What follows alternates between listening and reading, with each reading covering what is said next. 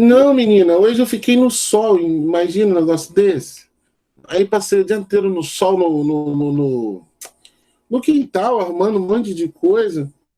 E aí chegou o fim da noite, aí entrei, aí fui tomar um banho, agora tô fungando aqui, não entendo essa porra da minha alergia. É minha alergia. Isso é minha alergia. Toda vez que eu falo com a minha mãe fungando, ela já fica logo preocupada. Muito bem, então vamos lá.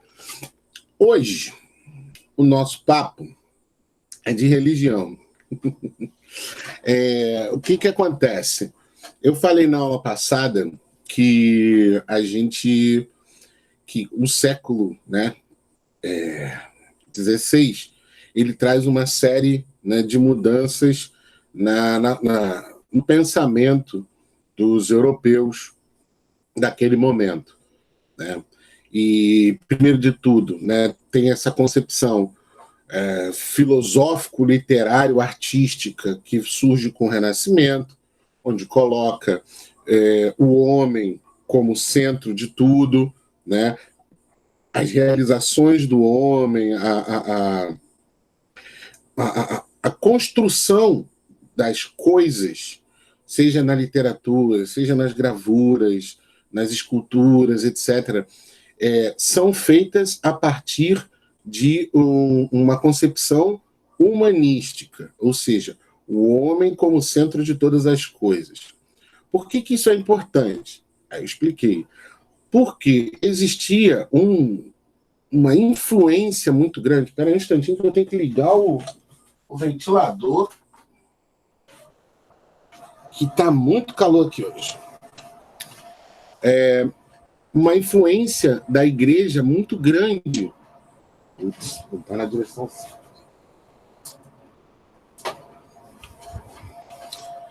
Uma influência da igreja, a igreja católica, muito grande. E hoje a gente vai discutir exatamente isso. Como esse monopólio, como essa influência da Igreja Católica vai ser quebrado a partir de 1517, né, com a Reforma Protestante. Então, vou colocar aqui. Ô, professor, tirou uma dúvida. Tire. Por que as escolas... Eu até coloquei isso na minha redação hoje. E assim, eu tive religião, matéria de religião na escola. Uhum. Mas nunca foi aquela matéria assim levada a sério. Nunca foi uma matéria assim aprofundada. Inclusive, eu até coloquei isso como uma forma na solução, como é que chama? Proposta de intervenção, né? Uhum. Uhum.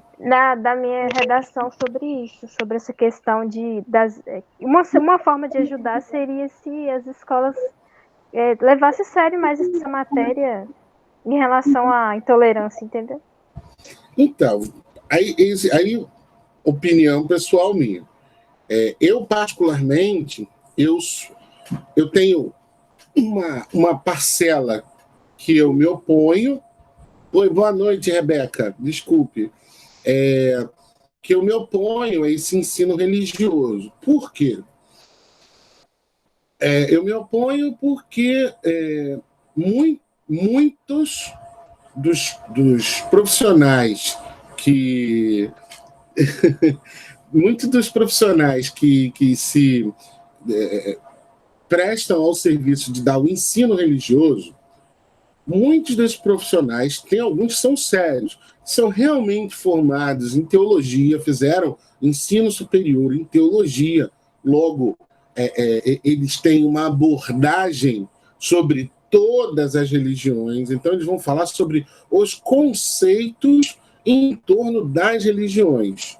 Ponto. Então, é isso mesmo, a minha ideia de ter uma matéria é igual história, entendeu? Explicar realmente as histórias das religiões, as raízes, né? Então, só que tem muitos dos profissionais que se habilitam para dar ensino religioso nas escolas, eles são protestantes, ou, em alguns casos, até católicos também, como a gente vai ver mais ali para frente. E aí o que acontece? Eles, por exemplo, se recusam, em alguns casos, a falar das religiões de matriz africana, o candomblé, umbanda, etc, etc. Em alguns casos, até mesmo para falar, não fala de budismo, de hinduísmo, do islamismo. Então, assim, essa é a minha restrição, né? Eu sou contra porque não existem muitos ou muito poucos profissionais sérios para dar o ensino religioso. Aliado a isso, eu digo o seguinte, né? Quando eu vou dar essa aula que eu estou dando hoje, que eu vou dar hoje, eu sempre digo o seguinte: Deus não faz milagre na minha sala de aula. E aí o nego fica né, bolado, puto, que não sei o quê. Porque aí, quando você mistura Deus num contexto que é o que a gente vai falar assim, laico, ou seja, quando você fala de Deus sem a gente estar dentro de um templo religioso, as pessoas se encrespam e ficam nervosas e acham que você está atacando a fé deles. Isso não é verdade. As pessoas precisam ter a maturidade, porque, por exemplo, essa questão da intolerância religiosa, ela causa tantos problemas. Por conta disso. Porque quando o sujeito se vê criticado na sua fé, por exemplo, vou dar um exemplo bem simples. A gente vê constantemente nos noticiários notícias sobre pedofilia e homossexualidade relacionada a padres católicos.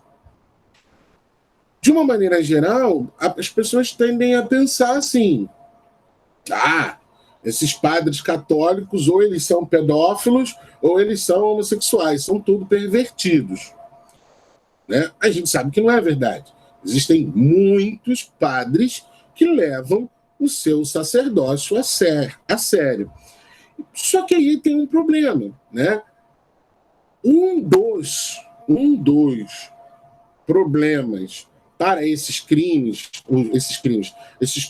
essas notícias sobre pedofilia é crime, mas a homossexualidade não.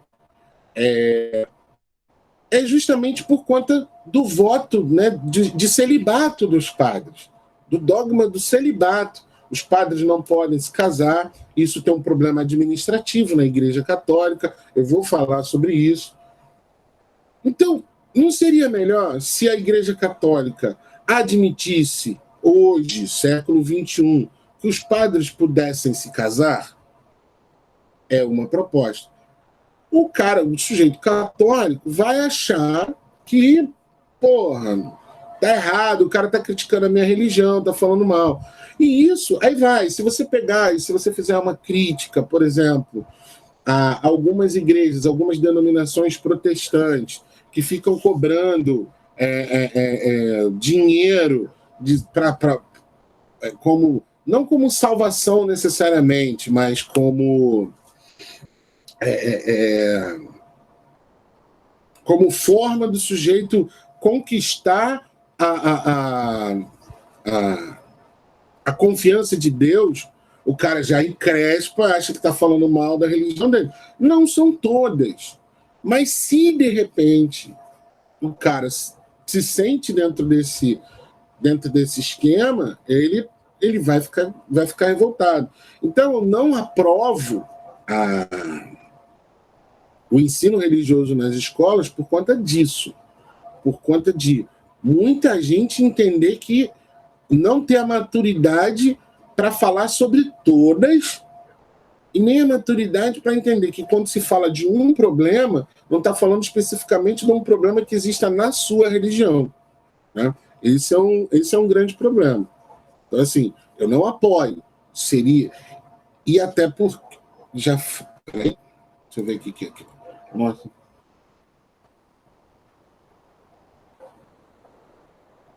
Exato. Bom, Rebeca. Exato. Você não pode avaliar um pelo todo. Entende? É igual, né, a notícia que até eu vi hoje no jornal hoje. uma série de crimes cometidos por policiais, né? Na hora de dar lá a dura nas pessoas, seja lá em quem for, o cara utiliza de violência. Aí fez um cara lá em São Paulo, imobilizou o cara desmaiou no braço dele. Todos os policiais são violentos? Não, mas uma grande parte dos policiais pratica violência no momento de uma abordagem. E aí, velho, todo mundo fica com o pé atrás. A gente tira por né, o exemplo de toda uma corporação, sejam policiais, sejam padres, sejam pastores. Por todos são julgados. Exato, Letícia. Né? É complicado fazer esse julgamento e tomar uma postura. Né? Você tinha caído, Mariana, como está falando.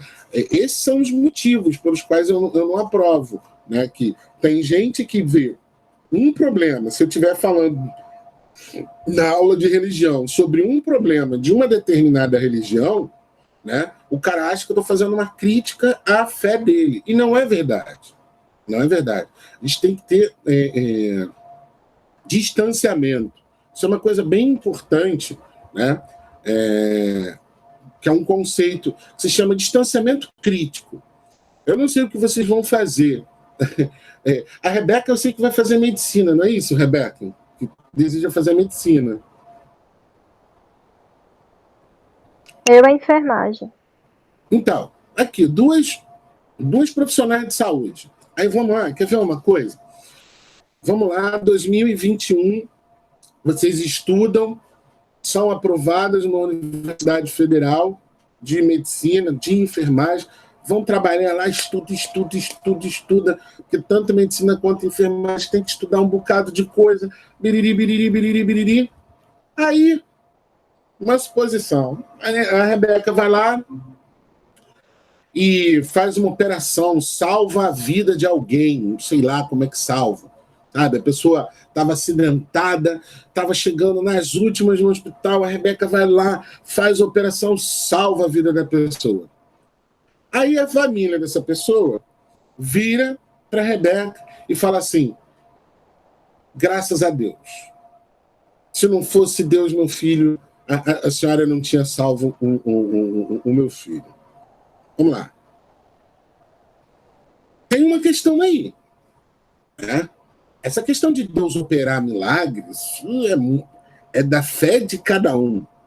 Mas se não tiver um médico, uma enfermeira lá, né, o médico sabendo onde cortar, onde costurar, onde emendar, onde consertar, velho, a mesma coisa. A enfermeira, se não sabe passar o instrumento correto que o médico pediu, se não sabe aferir as coisas, né, as medições todas, não tem Deus que ajude nessa questão. Professor, você falando disso, um avô de criação que eu tenho, ele descobriu que ele estava com câncer na próstata. E em vez dele ir para o médico se tratar, ele foi fazer um tratamento espiritual. Aí acabou que avançou o câncer e ele está quase morrendo, porque não procurou atendimento médico logo.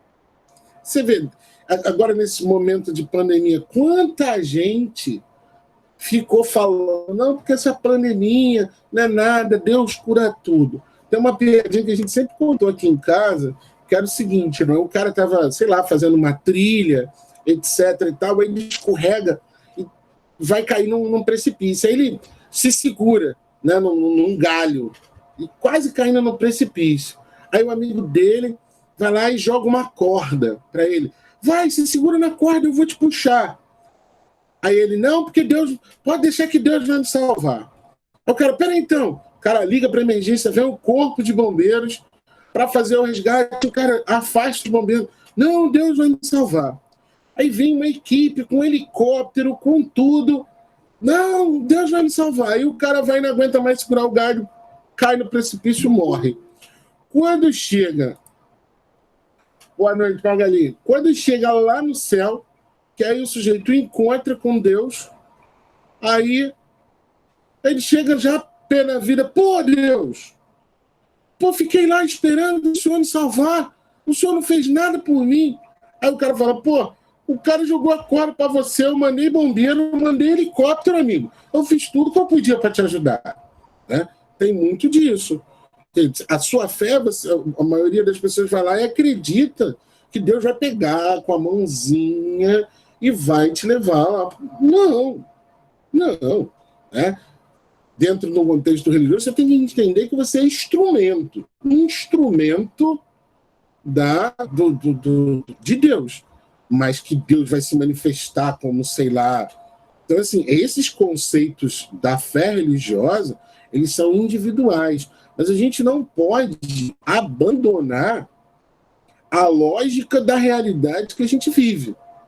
Eu nunca vou questionar a fé de ninguém. Eu acho todas idiotas. Ponto. Eu estou desconsiderando a fé dos outros? Não, claro que não. Eu sei qual é a minha. Entendeu? As pessoas me perguntam assim, você não acredita em Deus? Eu falo, nesse Deus boboca que vocês acreditam? Não. Entendeu? Aí nego fica achando que eu sou ateu, que eu estou desfazendo do Deus dela. Não é.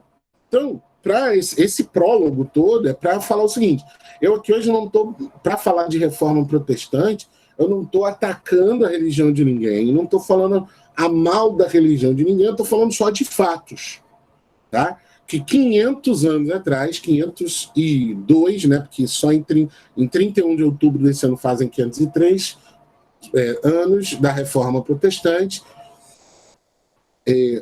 esse assunto ele gera algumas divisões, até que eu vou mostrar mais lá na frente, mas é bem importante que a gente saiba disso, tá? Não estou duvidando da fé de ninguém, não estou criticando a religião de ninguém, estou falando mal de pastor, padre, bispo, pai de santo, nem nada disso. Até porque pai de santo nem entra nessa história aqui. Mas a gente está falando só de fatos, tá ok? Qualquer momento, qualquer coisa que vocês quiserem acrescentar no que eu estiver falando, vocês podem interromper, pede aqui para eu falar, tá ok? Então vamos lá, Reforma Protestante, isso tem uma origem, né? A Reforma Protestante foi a grande transformação religiosa da época moderna, pois rompeu a unidade do cristianismo no Ocidente, tá? E aí, quando a gente fala no Ocidente, vamos entender, né, da Europa, dali onde tem a Europa, a Alemanha, a França, a Espanha, Portugal, para cá, né, para cá, onde você estiver vendo, é para cá, assim mesmo, para aqui, para o continente americano. E quando ele fala ali, rompeu com a unidade, vamos deixar claro o seguinte, Jesus Cristo não criou nenhuma religião, tá bom? Não criou nenhuma religião. Muitos séculos depois que Jesus Cristo morreu, tá certo? Havia sim um culto em torno primitivo, vamos dizer assim, das ideias que estão contidas ali nos evangelhos, né? Aquelas palavras que corriam ali no evangelho de Mateus, de João, de Lucas, elas circulavam, os 4 livros, né, os 4 evangelhos, circulavam de maneiras diferentes por diferentes setores da sociedade, mas Cristo não estabeleceu uma religião oficial. Aí vamos lá, o cara acha que eu estou criticando a religião dele. O cara vai falar assim, não, mas está lá, né, na Bíblia que Jesus falou, né, Pedro, tu és pedra, e sobre esta pedra construirei minha igreja. Então Pedro é o primeiro papa, por isso é uma interpretação. Bom, isso é uma interpretação. Somente 300 anos depois, tá, que Cristo morreu, é que foi se estabelecer um culto organizado, dito cristão, né, o cristianismo se tornar uma religião organizada, 300 anos depois que ele morreu.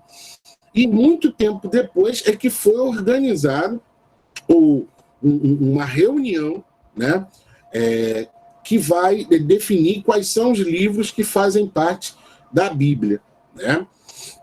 Então, a Reforma Protestante, ela quebra com essa unidade do cristianismo, que antes estava só na figura da Igreja Católica. A única instituição cristã que existia no mundo era a Igreja Católica. Vou me aprofundar um pouco nisso mais lá na frente. No dia 31 de outubro de 1517, Martim Lutero fixou na porta da Igreja do Castelo as 95 teses que criticavam certas práticas da Igreja Católica. Atualmente, luteranos de todo o mundo comemoram neste dia o dia da Reforma Protestante.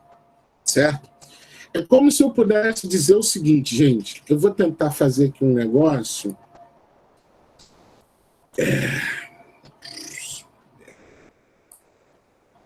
Só um negócio aqui, tá? Eu vou fazer assim, ó. Vou parar aqui. Vou parar a apresentação. Vou fazer o seguinte. Deixa eu passar para cá. Aqui, ó. Tentar fazer o seguinte, tá? Vamos entender aqui, ó. Isso aqui... Eita, vai ficar grande, mas... Cristianismo. Ok? Eu só diminuir essa letra para ficar mais fácil da gente movimentar aqui. Tá bom? Então, cristianismo. O cristianismo, ele estava representado, nesse momento aqui, até aqui, ó. Até aqui, ó. Pum. Que é o ano de 1517. Para 1517, existia um único cristianismo dentro, vou botar aqui, do catolicismo. Okay? Então, era a Igreja Católica, a instituição que organizava a fé cristã. A partir, né, de 1517, o catolicismo segue para um lado e aí surge o que... Aí, caramba. Tá bom. O que a gente vai... Pronto, começou. Vou fazer de novo. O catolicismo vai para esse lado e o protestantismo vem para esse lado. Vou botar aqui, tá? Protestantismo. Só que tem um problema, ou uma solução. Esse protestantismo, ele vai ter diversas vertentes. Então, eu digo sempre o seguinte, tá? Se você frequenta a Igreja do Sagrado Menino Jesus, por exemplo, um exemplo, você é católico, certo? Eu frequento ali a paróquia de Santo Antônio, você é católico. Você vai na igreja de São José Operário, você é católico. Aí você vai e fala assim, eu vou na Igreja Batista, você é protestante. Eu vou na Igreja Wesleyana, você é protestante. Eu vou na Igreja Messiânica, você é protestante.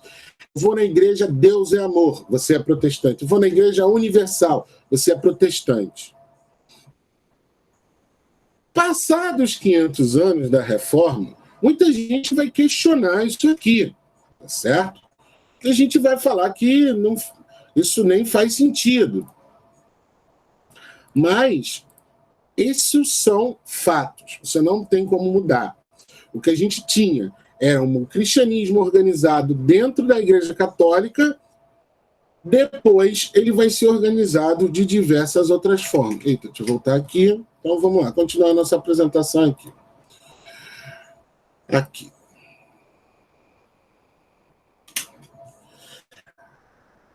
A igreja, e sempre aqui, ó, dica, né? Aí são dicas pequenas. A igreja tem esse I maiúsculo, a gente está falando da Igreja Católica, a Igreja instituição.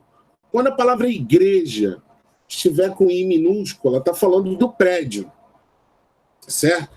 É uma coisa bem idiota, bem básica, bem simples, mas é só para a gente entender. A igreja com um I maiúsculo é a igreja instituição. Aí, por exemplo, se ele fala assim, a Igreja Católica é a instituição católica, não é o templo qualquer, tá certo? A Igreja Protestante, mais uma vez, está falando da Igreja Protestante, da ideia do protestantismo. Se fala a Igreja do Sagrado Coração de Jesus, aí está falando do prédio, tá certo? A igreja com I minúsculo. A igreja era possuidora de grandes extensões de terra, recebia tributos feudais e impostos controlados em Roma pelo Papa. Com o fortalecimento do Estado Nacional absolutista, a gente vai falar disso depois, essa prática passou a ser questionada pelos monarcas que desejavam reter esses impostos no reino. Então, vamos lá. Dos primeiros motivos de crítica à igreja. A Igreja Católica passou a se tornar muito fundamental e importante na vida das pessoas, certo? Gente, quando vocês tiverem qualquer dúvida, chama no áudio, porque eu não estou vendo ali a tela de mensagens, tá bom? E aí me faz a pergunta.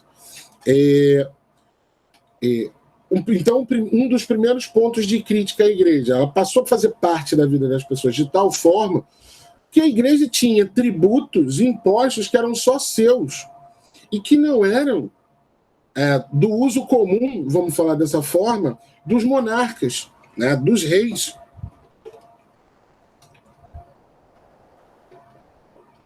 E no momento que esses reis estavam começando a desenvolver o conceito do Estado Nacional, né, limitar fronteiras, ter um exército nacional, cobrar impostos, construir, né, obras de infraestrutura, precisava de dinheiro, precisava de impostos. E boa parte do dinheiro da rapaziada ficava com a igreja. Então, o primeiro ponto de ruptura com a Igreja Católica é o dinheiro. A Igreja Católica condenava as práticas capitalistas nascentes, entre elas a usura. E que é a usura? Cobrança de juros nos empréstimos. Então, assim, não é de hoje, sempre foi assim. Se você precisa de dinheiro emprestado, eu preciso de R$1.000. Aí o cara vai falar assim, então eu vou te cobrar 1% de juro ao mês, certo? Então, vamos supor, se você demorar um mês para pagar esse empréstimo, então 1% de 1.000 é R$10, ok? Mas eu não vou pagar no mês que vem. Eu vou pagar daqui a 36 meses. Então, ele vai te cobrar, vamos supor, R$1.000. Então, ele vai dividir esses R$1.000 em 36 parcelas e em cada parcela ele vai te cobrar 1% ao mês. Um exemplo. Não existe empréstimo sem juros. Só quando a gente pede para parente, né? E ainda assim tem uns parentes que cobram juros, né? Tem alguns espertos que cobram, por exemplo, o juro da poupança. Se esse dinheiro ficasse na poupança, estaria rendendo. Então, a igreja cobrava, condenava isso aqui, a usura, né, a cobrança de juros por empréstimos. Era considerado um pecado. Defendia a comercialização, a venda, né, dos produtos, sem direito a lucro e o justo preço. Ou seja, eu não posso pedir um preço absurdo por um pregador, né? A igreja controlava, inclusive, isso. Isto reduziu o poder de investimento da burguesia mercantil e manufatureira. Lembra que eu disse na aula passada sobre, né, surgia uma classe nova, né, que não dependia mais da terra, que é a burguesia. E essa burguesia, por exemplo, se aproveita de um movimento literário, de um movimento artístico, filosófico, para criar a sua imagem, a sua ideologia. O Renascimento vem com isso. Ao mesmo tempo, essa mesma burguesia começa assim, porra, velho, como é que eu vou crescer os meus negócios se eu não posso cobrar juros por empréstimo, se eu não posso ter direito ao lucro, né? E aí eu tenho sempre que taxar, botar o preço do meu produto baixinho. Essa burguesia começa a se preocupar com isso. Então, começa a ver com maus olhos a postura da igreja. Foi de uma hora para outra, Bruno? Claro que não. É o processo de uma vida. Você não chega hoje numa igreja, você não entra hoje para frequentar uma igreja. Você começa observando, estuda, um belo dia você vai, vê qual era o culto, gostei, não gostei, vai embora, aí volta daqui a, sei lá, um mês ou 15 dias depois, entendeu? Da mesma forma, você não sai abruptamente dessa igreja. Um monte de coisas vai acontecendo para que você se desvencilhe, não queira mais frequentar aquele lugar. Da mesma forma, a burguesia foi percebendo a influência que a Igreja Católica tinha até nesse fator de dirigir os preços que as coisas tinham que ter, certo? O clero, a palavra clero quer dizer, né, tudo, toda a organização, tá? Todos os membros que fazem parte da organização da Igreja Católica, tá? Então, clero vai desde o padrezinho lá na paróquia, vai para o bispo, vai para o cardeal, para o arcebispo, até chegar no Papa. O clero, todas as figuras, né, que estão lá na burocracia, vamos dizer assim, da Igreja Católica.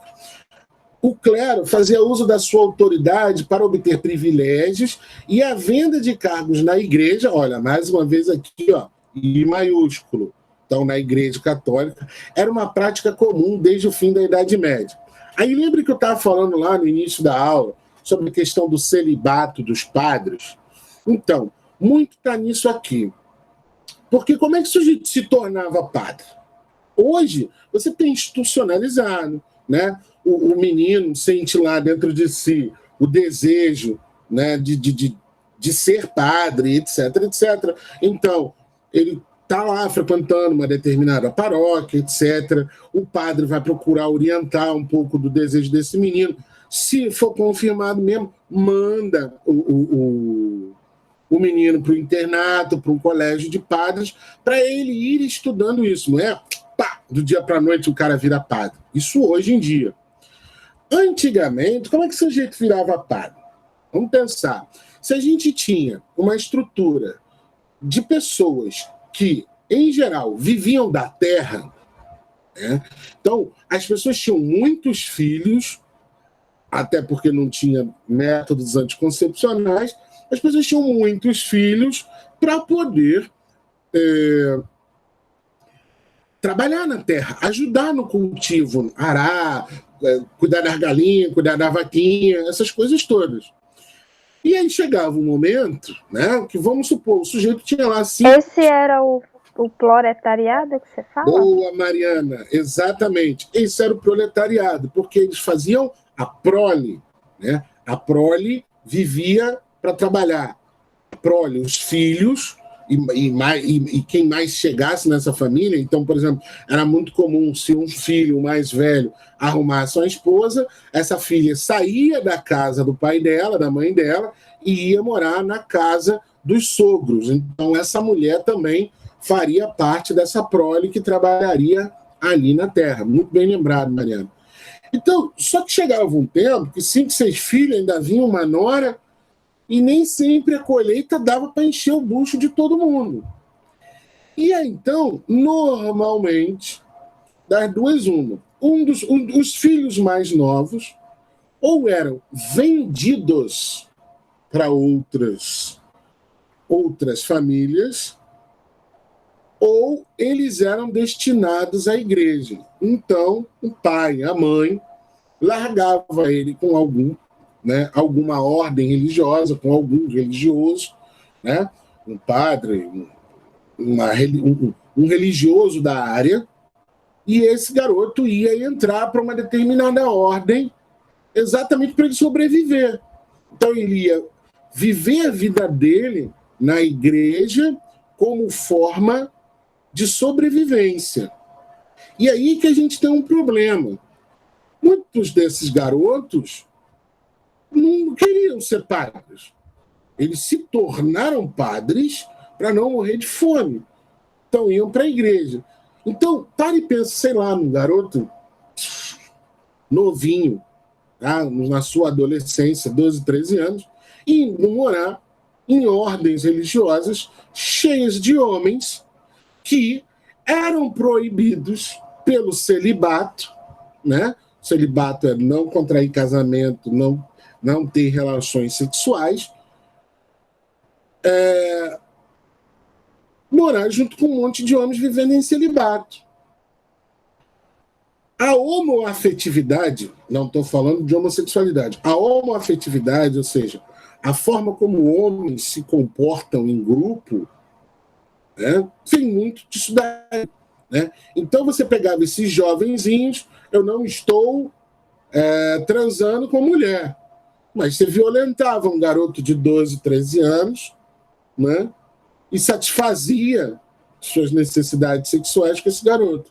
E esse garoto, num certo momento, ia crescer, ia chegar um outro garoto ali também, e ele também ia satisfazer suas necessidades sexuais. Daí essa tradição da pedofilia dentro do meio religioso, certo? Então, veja lá, o clero fazia uso da sua autoridade para obter privilégios e vendia cargos. Então, algumas famílias um pouquinho melhor de vida, bem, vamos fazer o seguinte, vou pagar para o meu filho ser padre. Toma que dava um dinheiro e o filho ia ser padre em alguma paróquia, porque aí ele ia ser sustentado. E aí esse filho não fazia mais parte da herança dessa família. Ele virou padre. E esse filho que virou padre, esse cara que virou padre, um dos motivos para ele também não ter que casar, etc., etc., é não garantir, por exemplo, que os dividendos, né, os lucros que a igreja desse padre tivesse fossem divididos com a sua mulher e com seus herdeiros.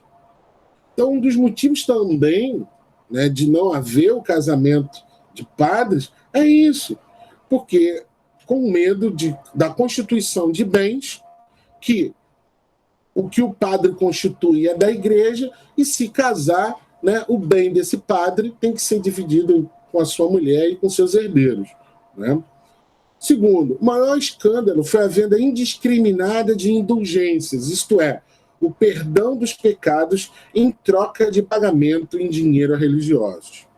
E aí, meus amigos, vamos fazer. A gente está fazendo essa viagem de 500 anos atrás, mais de 500 anos atrás, e a gente vai para o nosso dia de hoje.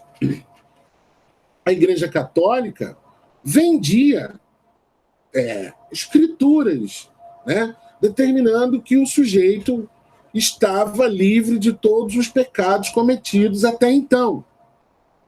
Bom, ele se confessava com o padre redigia um documento, cobrava um preço e o cara recebia essa escritura dizendo para ele que ele estava livre de todos os pecados, até aquele momento. Só que, ocasionalmente, as pessoas pecam. Todos nós pecamos. Não existe santo, não existe perfeito. Todo mundo faz merda na vida. Então o cara, hoje eu tô bem, vou comemorar, enchia a cara e bêbado fazia um monte de merda. Daqui um pouco estava comprando de novo um perdão, uma escritura de perdão dos pecados. Mais de 500 anos atrás. A gente vem para os dias de hoje. O que a gente sempre vê por aí, em uma série de igrejas, uma série de denominações, pagamento de dinheiro a religiosos. Para quê? Não, porque você está semeando, sei lá, eu não sei nem, porque os caras inventam cada coisa. Já teve o cara que inventou a toalhinha santa, que se você passasse a toalhinha no caixa eletrônico, suas dívidas seriam apagadas. Já teve sujeito vendendo vassoura santa, óleo ungido. O outro desgraçado agora na pandemia vendeu feijão, grão de feijão por R$ 1.000. R$ 1.000 um grão de feijão. Né? Porque esse grão de feijão iria prosperar e a sua vida ia ser melhor, etc, etc. Iria curar da Covid também. Exatamente. Ainda iria curar da Covid. Entendeu?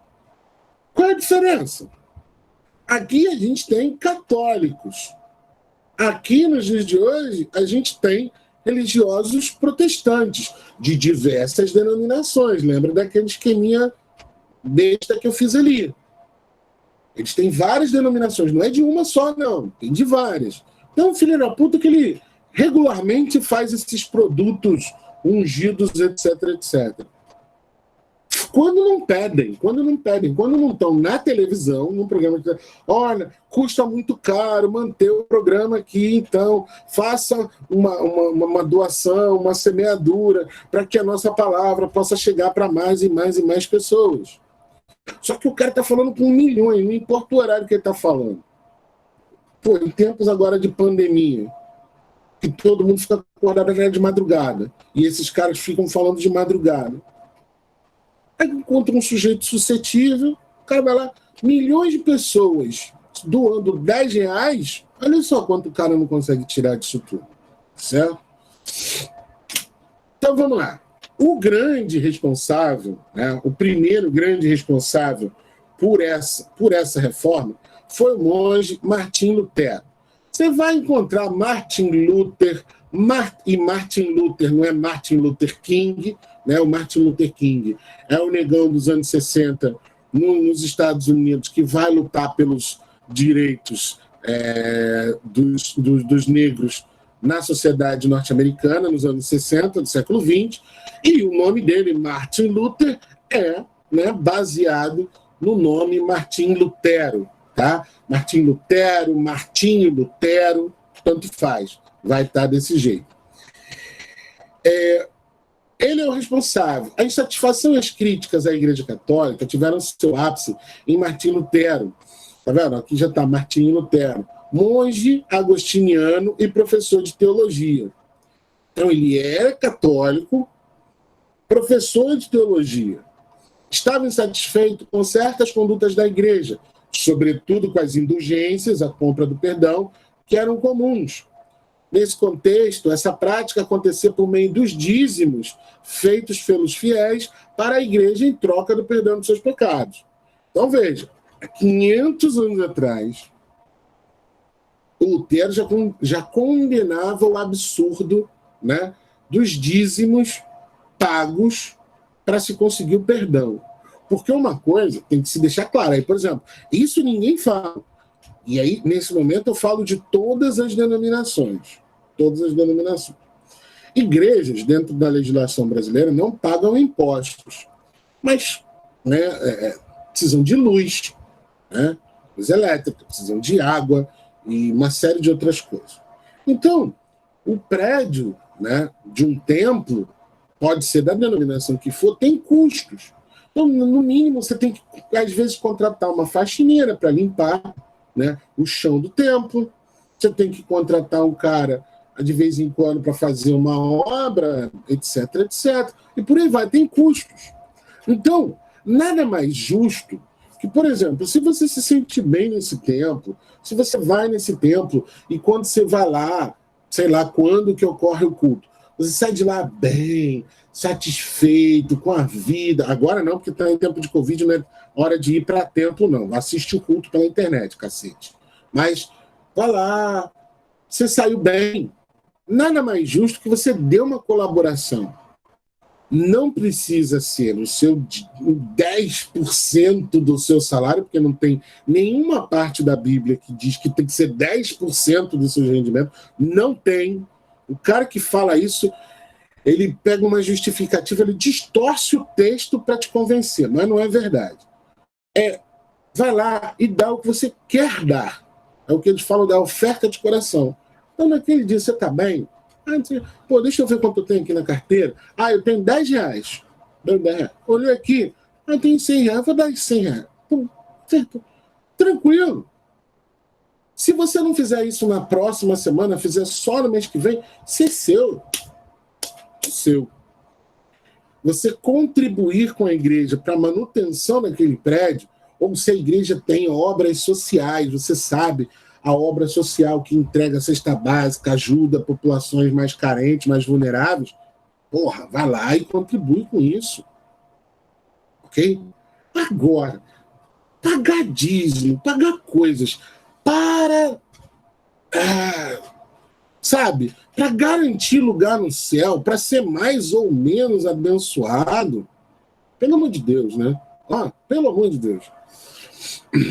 Então, o Lutero já ficava bolado com essa história das indulgências, porque ele via que isso não tinha respaldo bíblico. Mais importante de tudo, gente, como professor de teologia, o cara via que não existia respaldo na Bíblia para a igreja estar cobrando esse tipo de coisa. Além disso, o Papa Leão X havia oferecido indulgências para aqueles que contribuíssem com dinheiro para a construção da Basílica de São Pedro. Então, foi uma época em que a Igreja Católica correu, vários padres, faziam campanha, vamos dizer assim, da indulgência, e para distribuindo perdão para o povo, para arrecadar dinheiro para construir a Basílica de São Pedro. Entendeu? Hoje fica lá todo mundo ali na praça, né, de São Marcos, e aí fica todo mundo ali reunindo para ouvir a homília do Papa, ali naquela janela. Aquela é a Basílica de São Pedro. Foi construída 500 anos atrás, com dinheiro de gente inocente. Lutero também tinha discordâncias de conteúdo teológico a respeito da salvação e de outras práticas e ações da igreja. Com isso, o monge elaborou um documento conhecido como 95 Teses. Então, essa crítica do Lutero é a percepção dele. Antes disso, tudo bem até aí? Perguntas? Alguma coisa? Vou continuar, certo? Então vamos lá. Tá tranquilo. Oi? Fale. Pode continuar. Tá ok, beleza. Então vamos lá. Qualquer coisa você me fala. Então, o que o Lutero faz? Ele elabora um documento estudioso da Bíblia, como era, né? E não existe, né, muito a respeito, existe um folclore em torno disso, né? Ele prega as 95 teses nas portas da Catedral de Wittenberg, na Alemanha, para que as pessoas lessem aquilo e viessem debater com ele, né?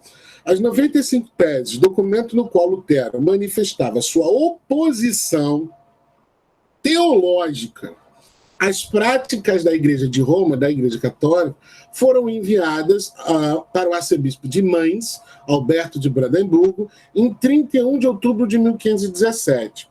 A intenção de Lutero era levantar um debate para que reformas dentro da igreja acontecessem. Então, ele manda ali para o arcebispo da região dele. Ele não manda para o Papa. Não, vamos reformar tudo, vamos... não. Martinho Lutero defendia basicamente que a Bíblia era a única referência para os fiéis e que as pessoas conseguiriam ser salvas sem a mediação de intermediários e sem precisar de indulgências. Pensa no quão revolucionário é isso. E é nesse momento que eu conclamo a todas vocês para pensarem sobre o aspecto religioso, né, da fé de vocês. O que é que você precisa ser salvo? Você não precisa de ninguém. Você não precisa de um intermediário. Você não precisa de um pastor. Não precisa de uma pastora, de um apóstolo, de um padre, de um bispo. Não. Sabe por quê? Por uma lógica simples. Quem é que salva? Deus. Então a sua salvação é entre você e Deus. Aí Deus dá um instrumento, né, dentro da lógica. Qual é o instrumento? A Bíblia. Só que aí a gente tem um problema muito grave. A Bíblia que as pessoas liam era uma Bíblia toda escrita em latim. Então, tem aquela brincadeira, né? Então o cara falava, Ave nostro, amém. Né? É o cara que só diz amém para tudo. Por quê? Porque ele não entende o que está sendo dito. E aí, para não ficar como não sei de nada, ele diz amém para tudo. Porque ele sabe que a oração termina assim. No momento em que, eu vou mostrar mais na frente, Lutero traduz a Bíblia do latim para a língua alemã, mais pessoas passam a entender a Bíblia. E passando a entender a Bíblia, não precisam de ninguém para ler para eles, a menos que fosse analfabeto. Mas até nisso a Bíblia é revolucionária, porque a Bíblia começa a ajudar muitas pessoas a se alfabetizarem. Porque eu não sei se vocês já viram a lógica de quem é analfabeto, mas vocês já viram uma criança quando ela aprende a escrever o próprio nome? Ela vai por repetição. Se você bota lá o nome da criança, é Bruno. Você bota, escreve seu nome, você bota lá, ó, Bruno. Se você escrever em caixa alta, né, em letras maiúsculas, todas as 5 letras de Bruno, a criança vai tentar reproduzir aquelas letras maiúsculas. É assim que ela vai tentar reproduzir. Então, da mesma forma, o cara, quando começa a ler a Bíblia, ele também vai tentar reproduzir aquilo que ele está lendo. Aqui é um A, aqui é um B, aqui é um C, e ele começa a ler a Bíblia a partir disso aí. Martinho Lutero defendia que a Bíblia era a única referência para os fiéis e as pessoas conseguiriam ser salvas sem a mediação de intermediários. A base teológica de Lutero baseava-se em um versículo bíblico que afirmava que o justo viverá pela fé. E aí Lutero passou a defender a ideia de que não eram as boas ações que salvariam uma pessoa, mas sim a fé. Então veja, sujeito que pudesse entender, né, que foi doutrinado, a falar assim, não, você tem que fazer a caridade, você tem que fazer isso, você tem esse conjunto de coisas que vão te levar para a salvação. Lutero defende que não. O que faz a pessoa ser salva é a fé. Aí que é o importante. A fé em quê? A fé em quê? Essa que é a pergunta principal. Por isso que não dá para eu falar mal de A, B, C ou D em termos de religião, porque a gente está falando da... Se a gente pegasse na raiz do que cada um acredita, qual é a fé que você tem? A fé em Deus que você tem, ela se expressa, se manifesta como? Cada um vai ter milhares de formas. E veja, eu não estou pedindo para ninguém explicar o que é Deus. Mas você conseguiria explicar como você acredita em Deus? Fica a reflexão. Entende? Isso é muito importante. Que por isso que eu falei antes. Ah, você acredita em Deus? Não nesse Deus bundão que a maioria das pessoas acreditam. Se tiver que acreditar em Deus, eu não vou acreditar num Deus bundão que fica aceitando carneirinho de sacrifício, que fica aceitando que eu fique andando de joelho ou de costas, ou andando em brasa, ou chicoteando as próprias costas para dizer para ele que eu acredito nele. Para mim, isso é um Deus bundão. A minha fé me diz isso. E aí a gente chega aqui no ponto nevrálgico, vamos dizer assim, né, que tem uma figurinha ilustrativa, poderia ter sido. A construção teológica iniciada por Martinho Lutero se deu origem a um princípio conhecido como 5 solas. E aí, meus caros amigos e amigas, para você que frequenta a Igreja Católica, isso aqui não quer dizer nada. Para você que não frequenta a Igreja Católica, frequenta qualquer outra igreja protestante, Isso aqui você tem que pensar bastante, porque essa aqui é a origem da sua fé. Esses 5 pontos aqui são a origem, devem ser a origem da igreja que você frequenta. Se não são, tem alguma coisa errada com a sua igreja. Mas a gente vai discutir um pouco mais sobre isso. Então, são as 5 solas. Sola fide, ou seja, somente a fé. A gente já falou isso. Você não precisa de mais nada para louvar, para agradecer. É só a sua fé. Sola escritura. Somente a escritura. Você só precisa da Bíblia. Você quer entender Deus, você só precisa da Bíblia. E mais importante de tudo, ler você a Bíblia. É muito importante, eu não tenho aqui como mostrar que eu tirei depois da reforma aqui, mas vocês sabem que aqui tem um monte de livro, e tinha uma parte aqui da estante, agora eu não sei, acho que está dentro dos armários aqui. Aqui em casa a gente tinha umas 5 Bíblias. Aí tinha a Bíblia, Nova Tradução Internacional, Bíblia com linguagem de hoje, a Bíblia com vocacional, uma porra dessa assim. Várias traduções de Bíblia. Traduções. De maneira que você possa entender. Não esqueci agora. Tem um cara. Agora não esqueci mesmo. A Bíblia. Deixa eu ver se eu consigo aqui. A Bíblia. Vida louca, vamos dizer assim. Que eu vou tentar achar aqui. Que é. Não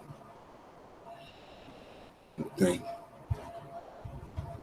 Não vou conseguir entender aqui. Não vou conseguir achar. Depois eu acho isso e boto lá no grupo, se for o caso. Que existe um cara que ele traduziu para a linguagem bem atual mesmo, para a linguagem dos maloqueiros, Bíblia Freestyle. A Bíblia Freestyle. Já sei. Aqui, ó.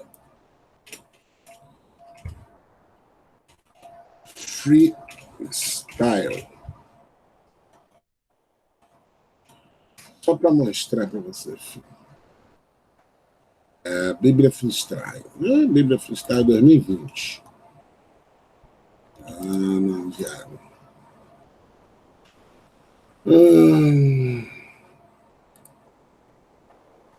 Só para ter uma ideia aqui, ó. Mateus capítulo 1. O moleque que se chamaria Jesus, além de nascer de uma virgem, para não desmentir a profecia, também viria para salvar o povo das cagadas deles. Lucas 22. Jesus pegou um copão de vinho e disse: peguem e repartam entre vocês. Pegou também o pão, agradeceu ao Pai e disse: esse pão representa o meu corpo que está sendo dado por vocês. Façam o mesmo em memória de mim. Também disse Jesus: já vou avisando que o X9 que vai me caguetar está na mesa comigo. E está tudo bem, porque eu tenho que morrer mesmo. Mas coitado do safado que vai me trair. Aí, cara, você para e pensa o seguinte: tem crente que pira com isso. Mas é isso que Jesus disse, né? E aqui entre nós está o cara que vai me trair. Ele falou. Mas só porque utilizou uma linguagem assim assada, aí o cara fica boladinho. Então, somente a fé, somente a escritura, solos Cristos, somente Cristo. Somente Cristo o quê? Somente Cristo é o Salvador. Somente Cristo é o Redentor. Somente Cristo é o Filho de Deus. Se você acredita nisso. Sola gratia. Somente a graça de Deus. Então, é um negócio muito doido pensar, né? Perdão, peraí. É um negócio muito doido pensar. É engraçado. É engraçado. É muito legal. Procura aí, Bíblia Freestyle. freestyle, mano. Por conta disso. É importante você pensar de diversas maneiras. Não dá para você pegar assim, ó. Bíblia online. Aí, você pega lá.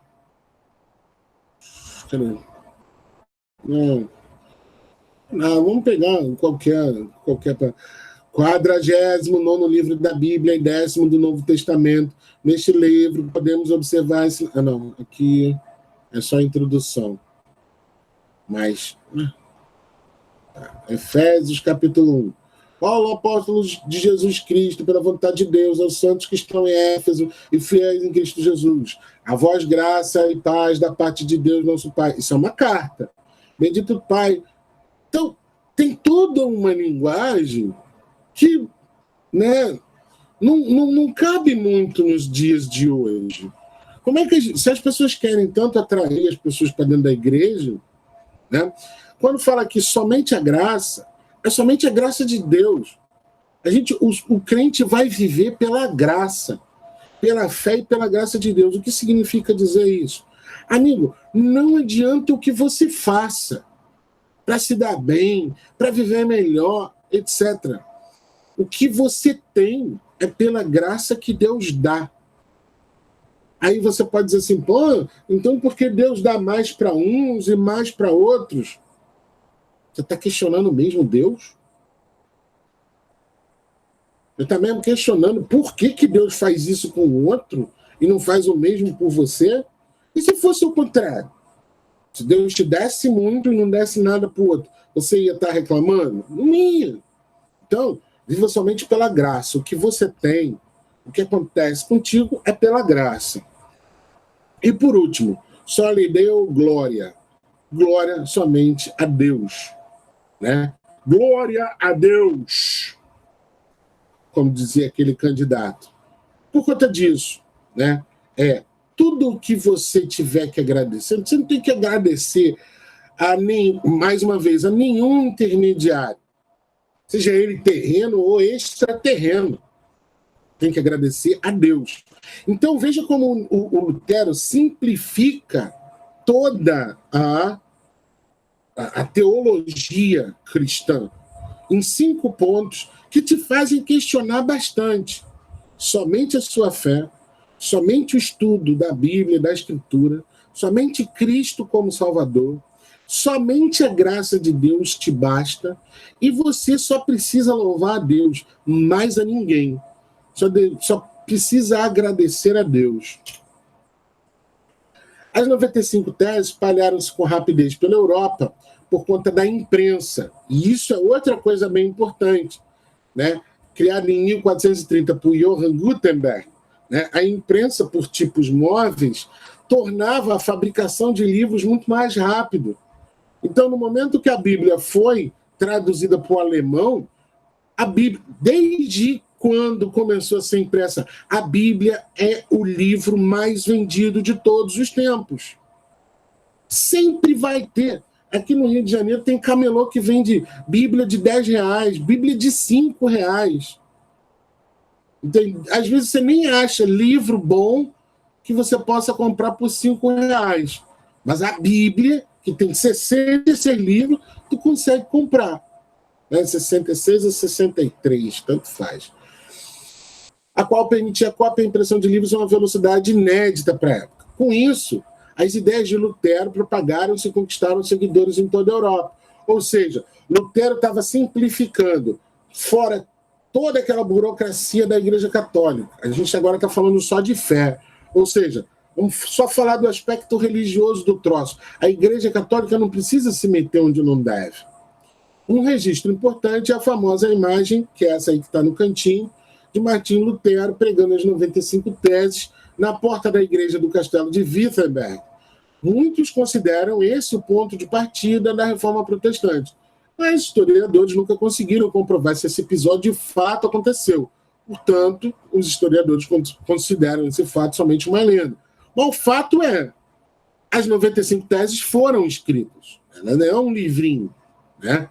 E é bem importante, mais uma vez falando, se você é protestante, que você consegue achar, né, na internet facilmente, é documento público, né, você não vai pagar nada por isso. Se você fizer um download, ninguém vai te prender por isso se você baixar um PDF com as 95 teses, certo? E aí, lembra aqui, ó, cadê aqui, ó? Desse quadrinho que eu fiz aqui. Peraí. Cadê?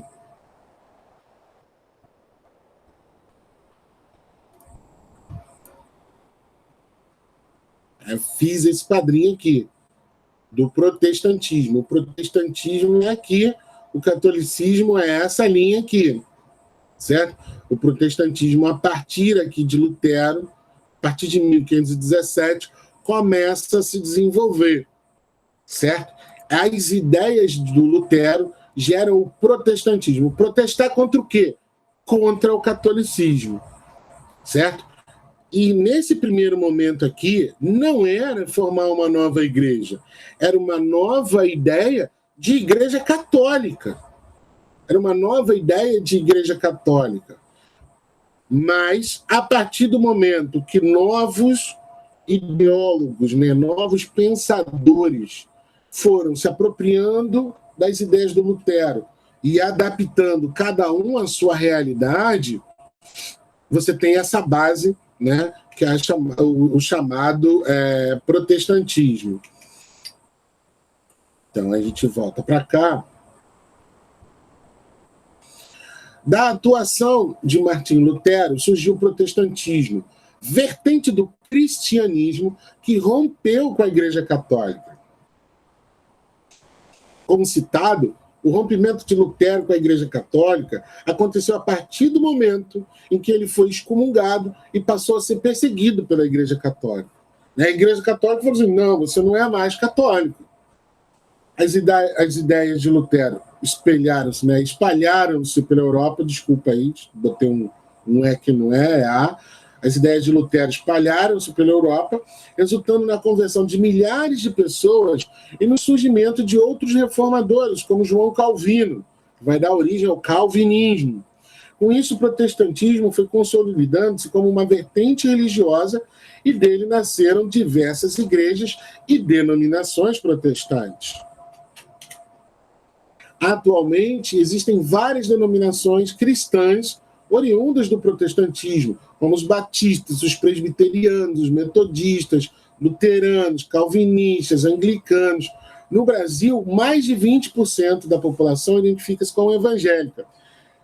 É até uma competição que existe hoje perto dessas novas igrejas neopentecostais, né, que eles querem dizer que mais da metade do Brasil é evangélico, né? Denominação que agrupa igrejas teologicamente nascidas no protestantismo. E aí você tem grandes grupos, como eu disse. Tem os batistas, mas tem o pessoal da Igreja Universal. Tem os presbiterianos, mas tem o pessoal da Assembleia de Deus... como que é? A Igreja do Malafaia. Tem os metodistas, mas tem a Igreja Mundial do Poder de Deus. E por aí vai. São igrejas ditas evangélicas, né? Não sei por que tomaram essa posição, porque, às vezes, tudo que eles não ensinam é o Evangelho. Né? E a gente sabe que o Evangelho é o que disse Jesus. São os 4 livros que iniciam o Novo Testamento. Ali, né, é o Novo Testamento, é o Evangelho, é a Boa Nova, é o que Cristo diz. E muitas dessas igrejas não ensinam o Evangelho. Eu conheço um pastor que diz o seguinte: se você for numa igreja, começar a frequentar a igreja, e o cara, sei lá, começa a falar no culto dele sobre, sei lá, vou pegar um livro bem obscuro do Antigo Testamento, um livro de Crônicas, ou então o livro de Reis, ou então o livro da Esther. Peraí, tem alguma coisa errada. Porque não é para isso. Né? Jesus veio para salvar todo mundo. É porque o cara está pegando coisas lá do Antigo Testamento, do Velho Testamento. Né? Jesus vem para romper com toda aquela lei do Moisés e não inaugurar uma nova lei, mas ele vem dizer que agora está todo mundo purificado através do sangue dele. Isso é a teologia. Agora, aí o cara vai dizer assim para mim, pô, Bruno, qual foi a faculdade de teologia que você fez? Eu só estudo religiões. Eu só estudo a matriz delas. Entendeu? Para a gente se encaminhar para o nosso final, né, a Contra-Reforma. Porque aí o que acontece? A Contra-Reforma é o contra-ataque da Igreja Católica às ideias protestantes do Lutero. Né? Ela foi uma consequência, né, foi um movimento que surgiu na Europa em consequência da expansão do protestantismo. Porque as pessoas começaram a perceber isso. Cara, eu não preciso de padre, eu não preciso de bispo, eu não preciso de nada. Preciso ler a Bíblia. Preciso conhecer Deus, vamos dizer assim. Né? E aí, foi em 1534, fundado por Inácio de Loyola, um ex-soldado espanhol, né? Ele começa a Companhia de Jesus. Vocês já devem ter ouvido falar da Companhia de Jesus, que é justamente que vai trazer os jesuítas, os padres que se alistavam, literalmente, na Companhia de Jesus, como, né, os soldados de Cristo, para vir aqui para o Novo Mundo, para o continente americano, para converter as pessoas. Né?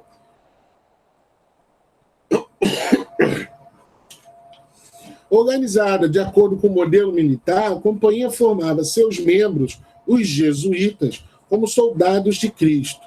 Eles gozavam da confiança do Papa e buscavam combater o protestantismo por meio do ensino e da expansão da fé católica. Né? E era um trabalho mesmo. Por isso que há essa competição tão grande, né? É a palavra, né? O proselitismo, a conversão do novo fiel. Né? Diversas igrejas, sejam católicas, sejam protestantes, procuram o tempo todo ficar lá reproduzindo um discurso, a ideia do ide e pregai aos quatro cantos, né, que está lá no Evangelho. Há que se tomar cuidado com isso, né, porque as pessoas ignoram, muitas das vezes, as culturas dos locais onde elas estão. Então, por exemplo, quando os jesuítas chegam aqui, eles ignoram os indígenas, né, os habitantes aqui da terra, do território brasileiro, e passam a pregar uma fé, uns costumes, e, por exemplo, começa a botar roupa no índio, que era algo absurdo. Com o calor que faz aqui, hoje, inverno no Rio de Janeiro, fez 32 graus. Isso hoje, com aquecimento global, etc, etc. Imagina viver debaixo lá da selva, na Mata Atlântica, né, que tem aqui no litoral do Brasil, o calor que não fazia. Decidiu-se a reativação do Santo Ofício, criado durante o século XIII, que foi responsável pelo Tribunal da Inquisição. O Tribunal da Inquisição tinha como função julgar aqueles que se desviavam do dogma da Igreja. Então, a partir do século XVI, volta a uma instituição que queimou na fogueira muita gente considerada herege. Muita gente que não seguia o dogma da Igreja.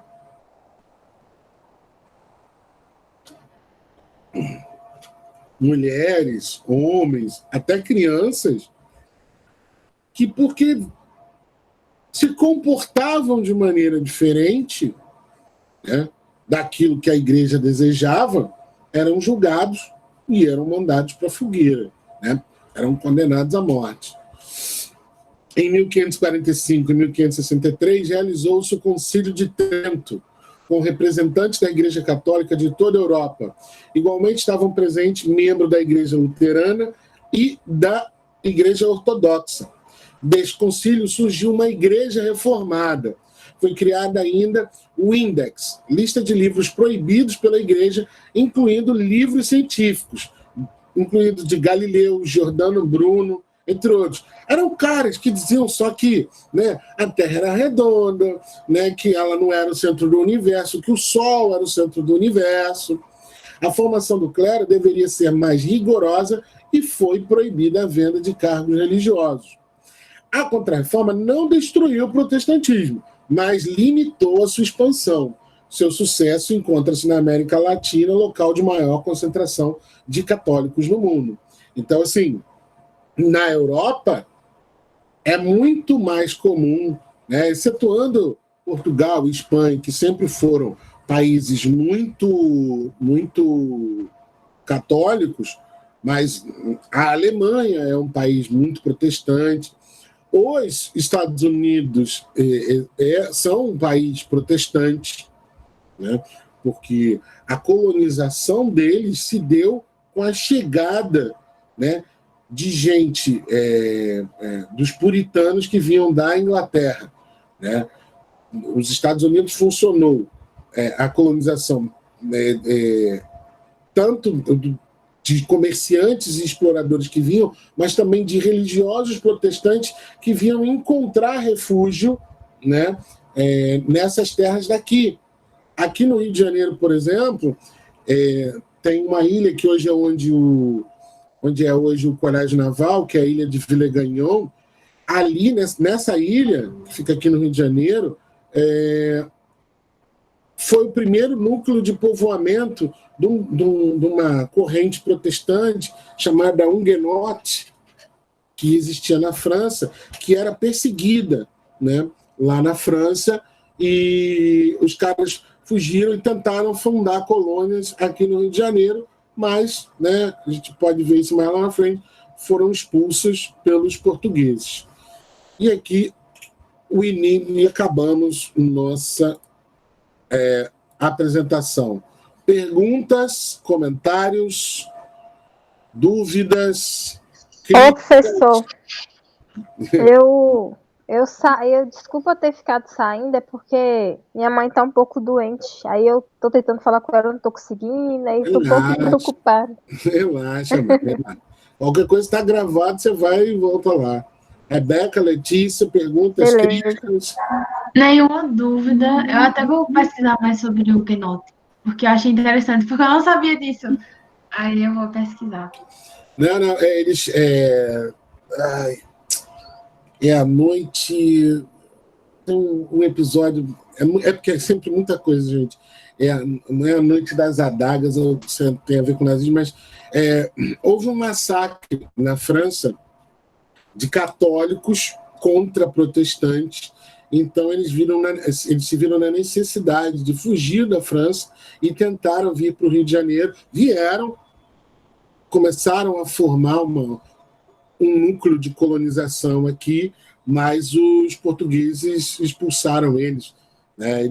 Eles tentaram 2 vezes, ficaram por um tempo, e aí numa primeira vez os portugueses chegaram a ameaçar, mas eles sobreviveram, e depois, com a chegada do Estácio de Sá, né, eles são expulsos definitivamente, né? Por conta disso, porque a França não entendia, né, não respeitava o fato de Portugal tomou essa porra aqui, o Brasil todo para ele, e foda-se. Não, peraí, deixa eu me enfiar aqui também, né? Não é tudo teu, não, né? Mas a França se deu melhor em algumas regiões da América Central e também no Canadá, né, onde hoje está o Canadá. Ok? Letícia, alguma coisa? Tudo tranquilo? Eu vou hoje preparar uma série de exercícios com tudo o que a gente já viu até agora. Vou pesquisar, vou fazer um Google formulário, vou enviar para vocês responderem a partir de tudo isso que a gente já falou aqui, tá certo? E aí vocês me respondam façam esse simuladinho, né? Só com esse conteúdo que a gente já viu sobre Reforma Protestante, Renascimento, grandes navegações marítimas. Vamos falar um pouco, como a gente já falou, né? De nazismo e fascismo, comunismo e socialismo. Vamos fazer um apanhadozinho disso, tá bom? E aí vocês respondam, eu vou receber automaticamente as respostas de vocês e depois vou dar a nota de vocês. Tá beleza? Beleza, Ok. Um beijo para todas e todos, tudo de bom sempre. Daqui a pouco começa a aula de matemática. Vão lá para o banheiro. Até segunda que vem, tá bom? Qualquer coisa, estamos aqui. Um abraço. Tchau, Tchau, professor. professor. Boa noite. Boa noite. Mariana. Boa noite, Boa Letícia. noite, Rebeca. Letícia, beijão.